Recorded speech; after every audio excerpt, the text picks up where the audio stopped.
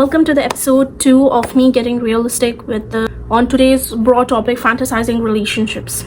So a very simple example I'm gonna start off with. Imagine you're going to a market and you want to get this particular jeans you have inside your mind for such a long time.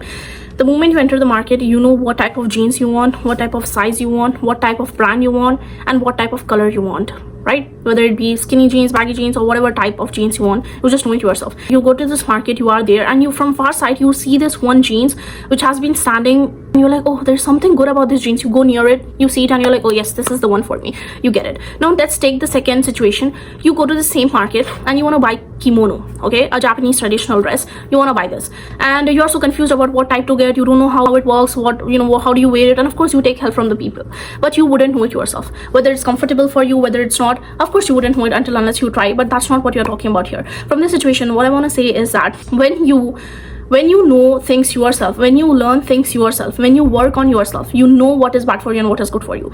Naturally it becomes an instinct, right? You just know it. You at one point you just develop with it. Most of the people I've seen in this generation, they do is that they have stopped working on themselves. They have completely stopped knowing who they are first. All they do is they fantasize, they take the next person as an addiction, as a form of a support, as a form of a cheap dopamine, and then they play around with it, and then they think that the world is just, at the best place. They think that that person is their life and they're gonna live with him and stuff, and they're just so worried about, whether they're gonna get married or not, whether, you guys are gonna be existing together or not. What if you are literally worried about the future, which you won't even maybe exist in? But what I want to say here is that when you learn yourself, good and bad becomes your first instinct. Make it your common sense. To a point, when you talk to other people, they go like, oh, that's a new insight, and for you it should look like, oh, I thought it's just a common sense. Make it your first instincts. That's what I'm saying. When you know yourself so well, when you know what is good for you, what is bad for you, it just becomes your first instinct. Whether you want this person or not, whether you want to have this conversation with the person or not, whether you want to keep that person in your life or not, automatically you will realize the green and red flags. Be it friendship, be it relationships, or any sort of situations. First, place yourself, learn yourself, develop yourself. Your brain naturally will wire himself like that. That is the main thing around it. If you talk about the whole fantasizing about the marriage thing and stuff and everything and all, really get a life.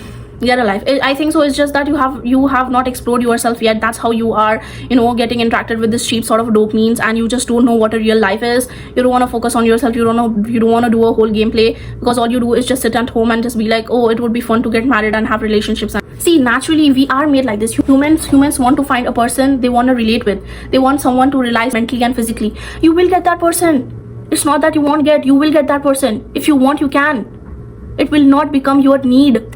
It will become your want. If you want, you can. Right now, what you are right now, it's your need. It is not want, because you have not understood the difference between need and want yet, just because you didn't understand yourself. You need to know what is your need and what is your want.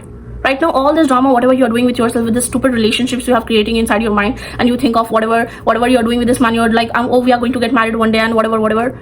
It is really your need. Imagine, okay, fine, you get this degree, you become successful, and then this is a man for you and stuff. You wouldn't find yourself struggling, actually, to be honest. I'll speak. Struggling for yourself, see, I'll say relationships can really have highs and lows and ups and downs, but at least you will be in that together. You will work it out together. You won't be struggling alone. You won't be in a doubt that whether this man is really meant for me, or he loves me or not, or we just doing a time pass. You won't go in all those sort of questions like this. Really, I'm saying you, this really happens when you don't know yourself. Go literally and ask those girls who are dying for the opportunities to study the degree you want. There are many deprived people. Focus on yourself and work on yourself. Get those degrees, at least for the sake of those women who are not getting education in this world. Don't take everything for granted. Life is really beautiful. You have to live through it. Make it work. Imagine selecting something for yourself which you can do much better. If you are thinking this man right now, imagine you literally didn't reach your full potential yet, and you see this man and you're like, oh my god, he's doing everything I want him to do. He's literally treating me in every possible way. Imagine what it would have been if you would reach your high potential. Imagine the type of people you would meet then.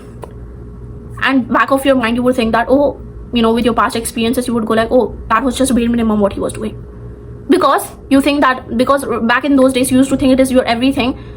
You didn't explore the world yet yourself. You didn't know, you didn't prioritize, you didn't set boundaries to know that's bare minimum or that is over limit. If that person messages you good morning, it makes your day. Imagine how your brain have to be that a person sends you a good morning message and you are happy with that.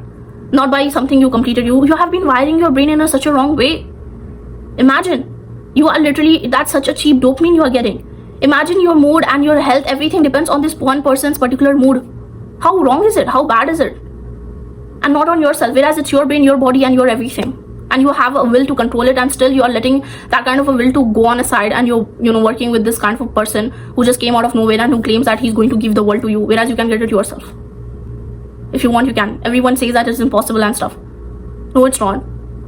If you want, you can. Everything is possible in this world if God wills.